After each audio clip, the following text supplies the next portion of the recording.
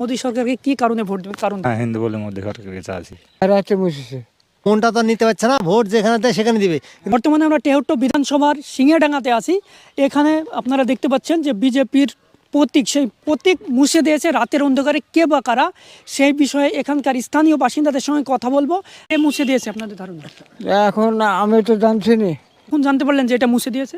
সকালে? রাতে মুছে দিয়েছে? হ্যাঁ, রাতে বসেছে। সকালে আমরা জানতে পেরেছি। প্রশাসনকে জানিয়েছেন? প্রশাসনকে জানানো বলতে কমল জ্বালিয়েছে। ওরে বাবা, সবাই জেনেছে, গ্রামের লোক। জানানো হয়েছে, তাই তো? হ্যাঁ তাহলে উঠে দেখছেন যে এই পদ্মফুল মুছে দিয়েছে, হ্যাঁ, মুছে দিয়েছে। কিন্তু কারা মুছেছে সেটা বলতে পারছেন না। না, সেটা পারিনি। আমরা কি করে বলবো বলেন, আমাদের তো আমাদের ওই সিংড়াঙ্গা সর্দার পাড়ায় বাড়ি। আমরা এই কাজে যাই, খুব একটা ভালো করেনি। এটাই যে মুছিছে সে এটা ভালো করেনি কিসের জন্য? একটা যেহেতু এখানে ছবি মারা হয়েছে তাই বলি যে এখানে মনটা তো নিতে পারছে না, ভোট যেখানে দেয় সেখানে দিবে, কিন্তু মনটা নিতে পারবে না। কিন্তু এখানে যদি দেখতে পারতো যে কোন ছেলেটা করেছে তার যে কি অবস্থা হতো সেটা বুঝতে পেরেছে। ঠিক আছে, মনটা মুছতে পেরেছি কি, আমার যে হৃদয়ে যেটা আছে এটা কি মুছতে পেরেছে? এটা তো মুছতে পারেনি। আমার হৃদয়ে যেটা আছে সেটাই হবে, ঠিক না? মানে এই পদ্ম ফুল যে চিহ্ন, প্রতীক মুছে দিয়ে কোনো লাভ নেই। না, লাভ আছে মানুষের কি? যে ভালোবাসা, হ্যাঁ, বিজেপি ভালোবাসা, প্রতিবাদ হ্যাঁ। সংগঠন, সেই সংগঠনকে সংগঠন তো মুছে ফেলতে পারবে না। সে নাই ছবি এঁকেছে এটা মুছে দিল, কিন্তু মনের ছবিটা তো মুছতে পারছে না। প্রশাসনকে জানিয়েছেন? প্রশাসনকে মোটামুটি আমরা অত সঠিক জানি না, আমাদের পাশের গ্রামের বাড়িতে আমরা কিভাবে জানতে পারলেন যে এটা মুছা হয়েছে? এই যে দাগ দেখাই যাচ্ছে, এইভাবেই বোঝা যাচ্ছে। কখন জানতে পারলেন? আমরা তো সকালে ভাড়া থেকে আসি তখন দেখেছি। হ্যাঁ, কিন্তু তার আগে আপনি কখন জানতে পারলেন যে এটা মুছা হয়েছে? আমি পেয়েছি 10টার সময় খবর পেয়েছি। 10টার সময় খবর পেয়েছেন?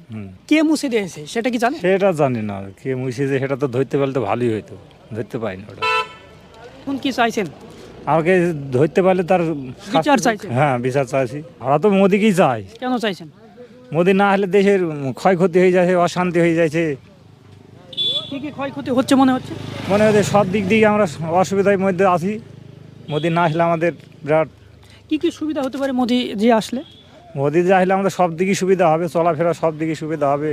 এখনো তো আপনি চলাফেরা করতে পারছেন, আপনাকে কেউ না, কেউ আক্রমণ তো করছে না? আক্রমণ করছে না, তাহলে চাপের মধ্যে আছি না। কেমন চাপের মধ্যে আছে? কেমন চাপের মধ্যে আছি? কি সমস্যা বা কি বাধা বিঘ্ন আপনাদের অতিক্রম করতে হচ্ছে বর্তমানে? বর্তমানে যে কোনো ধরেন থানাতে গেলে ধরেন সব কিছু ওরা মানে ওদেরই সব, থানা পুলিশ তো ধরেন সবই টিএমসির হয়ে কাজ করছে। শাসক দলের হয়ে? হ্যাঁ, শাসক দলের হয়ে আপনি কাজ কখনো করছে। গিয়েছিলেন? হ্যাঁ, সে তো আমরা যাই, মাঝে মাঝে যাই না সবাই। কিন্তু থানায় সেইভাবে আপনাদেরকে সহযোগিতা করা হয় না, তাই বলছেন? হ্যাঁ, সেইভাবে সহযোগিতা করে না। সিপিআইএম ছিল তখনও তো মমতা বন্দ্যোপাধ্যায় বলছেন যে পুলিশ কমিউনিস্টদের দলদাস, কিন্তু এখন তো তাদেরই হচ্ছে। তাহলে তো যদি মোদী সরকার আসে তখনও তো তাদেরই দলদাস হয়ে যাবে। না না, মোদী সরকার হলে তো আমাদের একটা ইয়ে থাকবে না। আমরা এখানে বুথ কমিটিতে আছি আমরা।